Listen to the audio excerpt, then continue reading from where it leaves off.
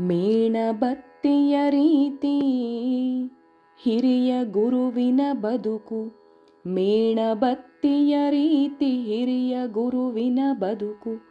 ಬಹುದೀಪ ಹೊತ್ತಿಸುತ್ತ ತಾನೇ ಕರಗುವುದು.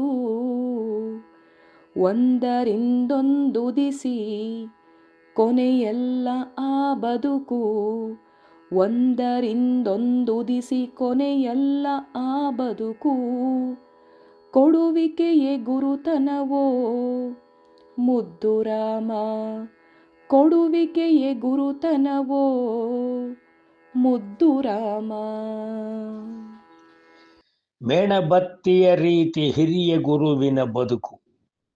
ಬಹುದೀಪ ಹೊತ್ತಿಸುತ್ತ ತಾನೇ ಕರಗುವುದು. ಕೊಡುವಿಕೆಯ ಗುರುತನವು ಮುದ್ದು ರಾಮ.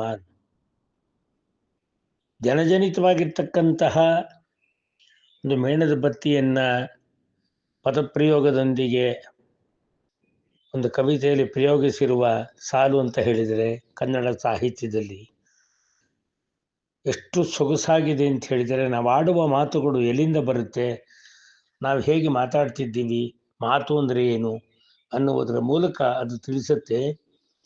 ಮನಸ್ಸು ಮೇಣದ ಬತ್ತಿ, ಮನಸ್ಸು ಮೇಣದ ಬತ್ತಿ, ಮಾತು ಜ್ಯೋತಿಯ ಹೊತ್ತಿ, ಪರಿಸರವ ಬೆಳಗುವುದು ಸ್ನೇಹ ತಾನಂಟಿ.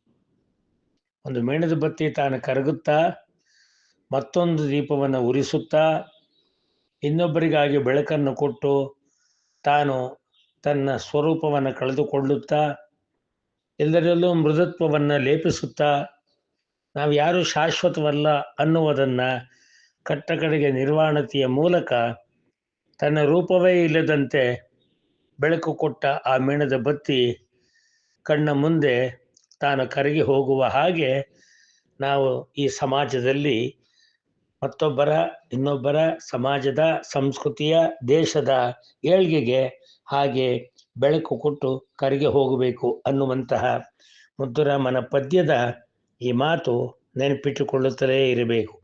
ಮೇಣಬತ್ತಿಯ ರೀತಿ ಹಿರಿಯ ಗುರುವಿನ ಬದುಕು.